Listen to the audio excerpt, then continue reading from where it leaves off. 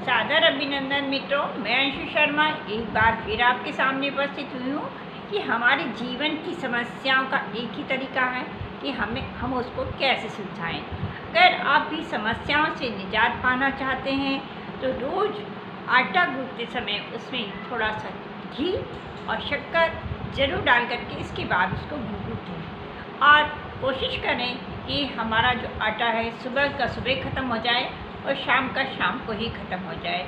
यदि बासा आटा बच भी जाता है तो उस आटे की हमको रोटी बना करके कुत्ते को खिला देना है। उस आटे की रोटी स्वयं ना खाएं जहाँ तक है इससे परहेज करें। और यदि हमेशा आपके घर में बर्तन खड़कते रहते हैं, ज़ोर ज़ोर से बर्तनों की आवाज़ आती रहती है, इसको अवॉइड करें कि जहाँ तक है बर्तनों को आराम आराम से जमाएं।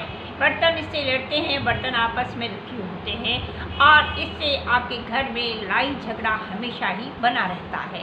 ये छोटी छोटी चीज़ें हैं जिनको हम यदि करेंगे तो हमको ऑटोमेटिक अपने आप हमारी समस्याओं से हमें छुटकारा मिलता चला जाएगा। हैं छोटी सी चीज़ें लेकिन है बहुत काम की चीज़ है। और यदि तुलसी की जो जड़ है वो आपको मिल जाती है तो तुलसी की जड़ को गंगा जल में धो करके उसको पीले कपड़े में बांध करके उसको अपने तिजोरी में या मंदिर में रख दीजिएगा। आप देखेंगे कि आपके घर की जितनी भी समस्याएं हैं या जो भी आपकी परेशानियां चल रही हैं वह परेशानियां दूर होती नज़र आएंगी। ग्रह को मजबूत करने के लिए तुलसी की जड़ को गंगा जल में धो करके लाल कपड़े में बांध करके अपने पर्स में या तिजोरी में रखेंगे तो उससे आपके ग्रह जो है मजबूत होंगे और जो भी ग्रह की जो अनिश्चितता के कारण से आपको परेशानी हो रही होगी वो दूर होगी। इसी प्रकार से दूध में तिल डाल करके काले तिल डाल करके शिव जी को चढ़ाते हैं तो शिव जी को चढ़ाने से आपके ग्रह जो होते हैं वो जो कमज़ोर ग्रह होते हैं वह मजबूत होते हैं। और बार बार आपके जीवन में दुर्घटनाएं हो रही हैं, कभी भी कैसे भी दुर्घटना हो जाती है तो उसको करना क्या है, अमावस्या के पहले शुक्ल पक्ष का पहला मंगलवार जो आएगा उस मंगलवार वाले दिन दूध में चावल को धो करके आपको उसको बहते हुए पानी में बहा देना है।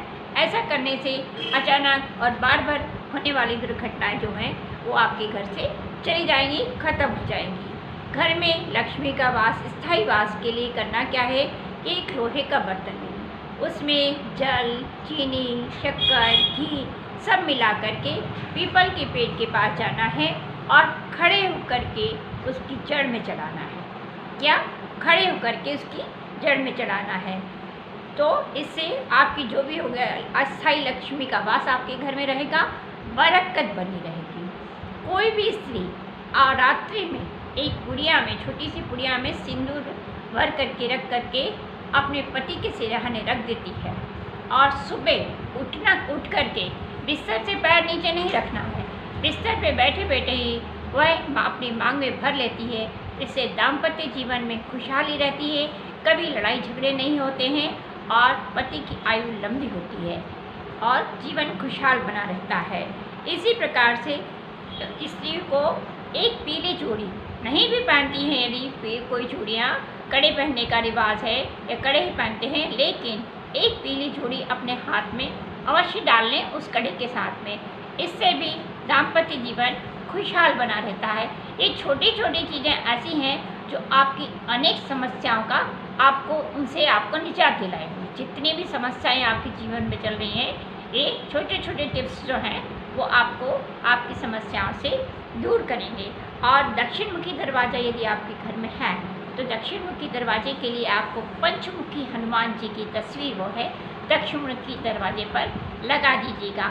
ना तो क्योंकि वो यम की दिशा मानी जाती है इसलिए कभी भी वहाँ पर आप लगाएंगे तो और विंड चाइम 6 छड़ों वाली विंड चाइम उसको भी लगाएंगे तो जो भी दोष होता है दक्षिण मुखी दरवाजे का, जिस किसी की कुंडली में होता है और उसको नहीं सूट करता है, नहीं फलता है दक्षिण मुखी दरवाज़ा, तो उसको यह उपाय ज़रूर कर लेना चाहिए। विंड चाइम जब जब बजेगी इससे उसका दोष मिटेगा और पंचमुखी हनुमान जी की फ़ोटो लगाने से दक्षिण मुखी दरवाजे का दोष खत्म हो जाएगा। अब सरसों का तेल, जैसे किसी का पेट बड़ा हुआ रहता है ना, तो सरसों का तेल रात में अपनी नाक में डाल करके और सो जाएं। ऐसा आप करेंगे तो आप देखेंगे ऑटोमेटिकली आपका जो किसी किसी का बहुत पेट बढ़ा हुआ रहता है, अब क्या करें, कैसे उन चीज़ों से हम इससे निजात पाएँ। तो रात में सरसों का तेल नाक में बूंद डाल करके सो जाएं। ये देखेंगे आप चमत्कार के रूप में कि आपका पेट अपने आप धीरे धीरे कम होने लगा है। और पानी अब एक ही जैसे शाम के समय कभी भी झाड़ू नहीं लगाएं। अब अपने घर के अपने सामने पानी रखें, पानी में गुरु गीता और सामने गुरु गीता रखें, गुरु गीता का पाठ करें और ओम गुरु ऐसा जाप करें। इसके बाद वो जो पानी रहेगा सामने जो रखा हुआ रहेगा गीता, तो वो पूरे घर में छिड़क दें। इससे क्या होगा, घर में बरकत बनी रहेगी, किसी भी चीज़ की कोई परेशानी नहीं रहेगी। और जो अपन अलमारी होती है अपने घर में, तो अपन किसी भी दिशा में रख देते हैं, तो उससे क्या होता है कि हमें पता तो नहीं रहता है कि हम अलमारी को किस दिशा में रख रहे हैं और इससे हमें क्या दोष हो रहा है। इलेक्ट्रॉनिक चीज़ों के बारे में भी मैं आपको बाद में बताऊँगी। तो ये जो अलमारी रखेंगे ना, जब तो आप पूर्व की तरफ रखिएगा अलमारी को, तो जब आप अलमारी खोलें तो आपका मुँह पूर्व की तरफ होना चाहिए। और या पश्चिम की तरफ रखेंगे तो जब आप अलमारी का दरवाज़ा खोलेंगे तो आपका मुँह जो पट खुलेंगे उसके अलमारी के, वो पूर्व की तरफ खुलेंगे। इस तरीके से आप जो है ये आपके घर में बरकत बनी रहेगी, आपके घर की तिजोरी में हमेशा लक्ष्मी का वास रहेगा। अब यदि संतान से रिश्ते आपके परेशान हो रहे हैं और यह संतान आपको दुख दे रही है, तो आप क्या करना है, मूली या कलावा कोई गांठ बांध करके अपने आप को ईश्वर के सौंप दीजिएगा, वहाँ पर ईश्वर के पास रख दीजिएगा और ईश्वर से प्रार्थना कीजिएगा कि हमारे को संतान से ये परेशानी चल रही है, इस परेशानी को दूर करें। और एक कच्चे सूत का धागा लीजिएगा और उसमें गांठ बांध करके और उसको लड्डू गोपाल के पास में रख दीजिएगा कि मेरी संतान के कारण से मुझे ये परेशानी हो रही है, ये परेशानी दूर हो जाए। और जब वो परेशानी दूर हो जाए तो वो कच्चा सूत में जो गांठ बांधी हुई है वो वाला धागा ले जा करके पीपल के पेड़ में बांध करके आ जाइएगा। निश्चित रूप से आपकी ये सारी परेशानियाँ दूर होंगी। मैंने ये छोटे छोटे टिप्स आपको बताए हैं, इसके ये ज़रूर करिएगा, ये आपकी हर समस्याओं का समाधान आपको निश्चित रूप से देंगे। टिप्स छोटे ज़रूर हैं लेकिन बहुत लाभदायक हैं। जय श्री कृष्ण, हर हर महादेव।